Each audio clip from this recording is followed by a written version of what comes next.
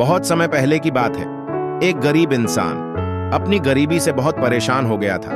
अपनी गरीबी के कारण उनका अपना परिवार का पालन पोषण करना बहुत ही कठिन हो गया था। एक पत्नी और 2 पुत्रों के भरण पोषण के बोझ ने उसके मन में उथल पुथल मचा दिया था।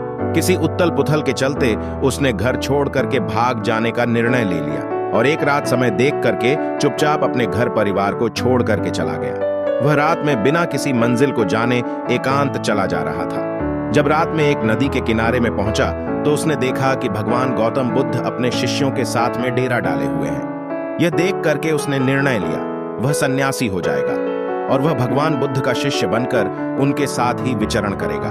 यह विचार करके वह भगवान बुद्ध के पास उनके चरणों में गिर गया और उनसे विनती करने लगा, अपना शिष्य बनाकर अपने साथ ही रख ले। भगवान बुद्ध ने उस गरीब व्यक्ति के दया दिखाते हुए उसे शिष्य बना लिया। उसके बाद जब भगवान बुद्ध अपने शिष्यों के साथ में आगे बढ़ा तो वह भी उनके साथ ही चल पड़ा।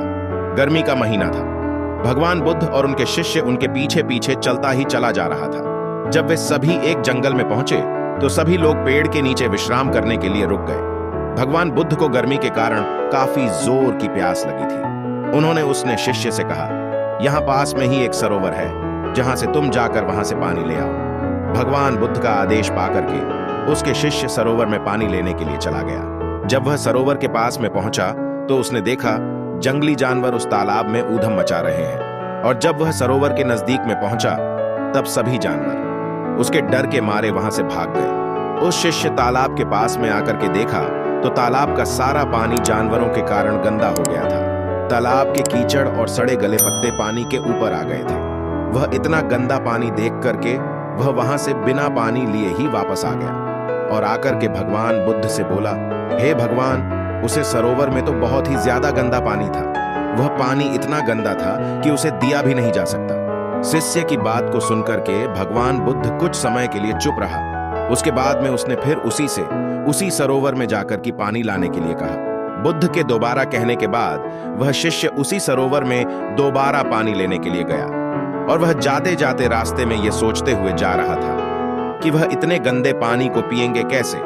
तालाब के नजदीक में पहुंचाता है और जाकर के देखता है कि तालाब का पानी स्वच्छ हो चुका है। यह देख करके वह स्वयं आश्चर्यचकित हो जाता है। वह पानी लेकर के भगवान गौतम बुद्ध के पास में आता है और उनसे यह प्रश्न करता है कि हे भगवान, थोड़ा देर सरोवर का जो पानी है वह इतना साफ कैसे हो गया।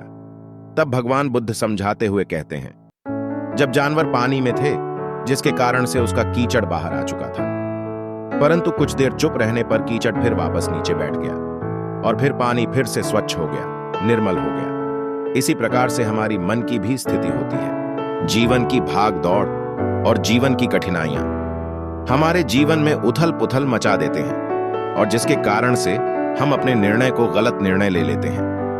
यदि गलत निर्णय लेने से पहले हम अपने चित्त को एकाग्र और शांत धीरज पूर्वक बैठकर सोचे तो हमारा मन भी उसी पानी ने मची हुए कीचड़ की उथल पुथल के समान है, नीचे बैठ जाती है और जब हम निर्णय लेते हैं तो वह निर्णय हमारा सही निर्णय होता है। इसलिए बुरे समय में किसी भी इंसान को धीरज नहीं खोना चाहिए।